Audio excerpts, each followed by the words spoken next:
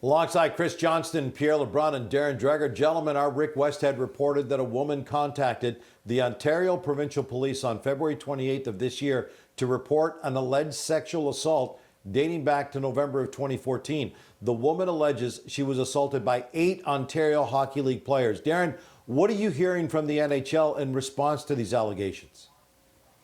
Well, it's not just the National Hockey League here, Gino. It's really all corners of the hockey world extremely disappointed with these allegations of alleged sexual assault. And most of the governing bodies around the hockey world are waiting for more information before commenting on what their next steps might be. As for the National Hockey League, the NHL has acknowledged Rick Westhead's reporting from Wednesday, and a spokesperson with the NHL says, quote, the NHL is deeply troubled by any accusation of this nature. We have no information beyond what was in the media report from last night, end quote. So it is a developing story, and it's obviously one with more to come in the days ahead.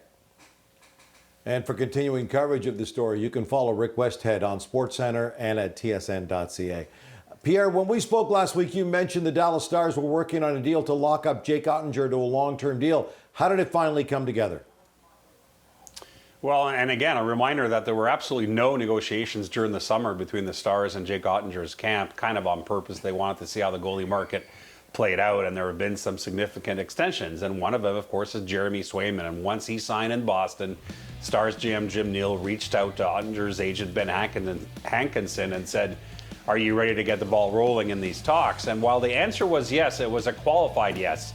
Hankinson told the Stars, we have a short window to get this extension done. They didn't want this negotiation to drag out all year and be a distraction for Jake Oettinger, who, by the way, really wanted his agent to get this done. He loves it in Dallas. So at the end of the day, the Stars started the negotiation at $7.74 million a year. That's the Saros deal.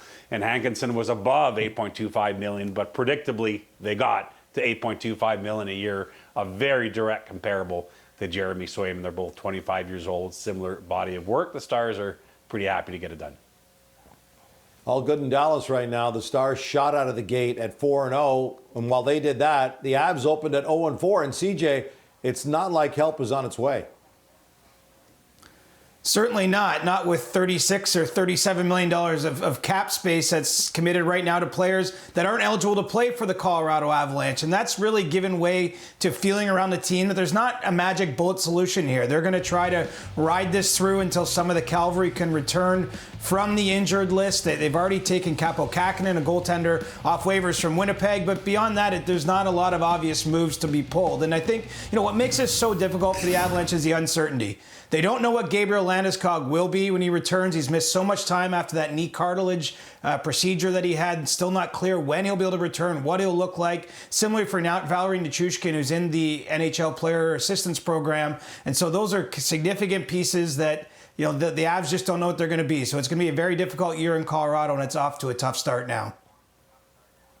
Well, Chris, who had Colorado and Nashville a combined 0-7 to start the year? Two teams, obviously, with high aspirations, and Nashville 0-3 entering their game Thursday night against the Edmonton Oilers. I spoke with GM Barry Trotz on Thursday, who said, listen, what he's seeing is that, quote, I think we're trying to outscore our problems, end quote.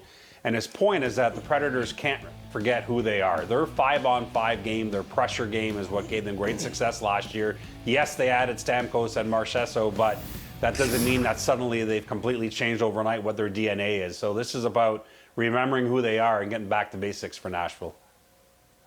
Speaking of offense, after 2 goals and 3 points in his first 3 NHL games, are people beginning to wonder if this 19-year-old rookie could have been the major steal at 7th overall, Dregs? Yeah, Matvei Michkov. Certainly the markets who have NHL clubs that decided in 2023 at the draft in Montreal to pass on the talented Russian forward. What a way to launch his NHL career. Now, in fairness, no one, including the Philadelphia Flyers, expected Michkov to leave Russia for at least 3 years. Now, sadly, the sudden passing of his father encouraged the KHL to release the teenager to chase his NHL dreams. So it's worked out for Michkov on the short term, and it has certainly worked out for the Philadelphia Flyers as well. Well, and the Montreal Canadiens hope they have the next steal of the draft, and Ivan Demidov, who they took 5th overall this year. Of course, there's some challenges to that right now. He's not playing very much in Russia. Saw less than 4 minutes a game recently for SKA St. Petersburg, and there's not much Montreal can do about that. He's under contract to that team for the rest of the year. There's some thought his unwillingness to sign beyond the year in KHL might be leading to that. But the Canadiens are monitoring the situation, and obviously they'll look to get him to North America as soon as he's eligible to sign with them. They are the insiders, Chris Johnston, Pierre LeBrun, and Darren Dreger.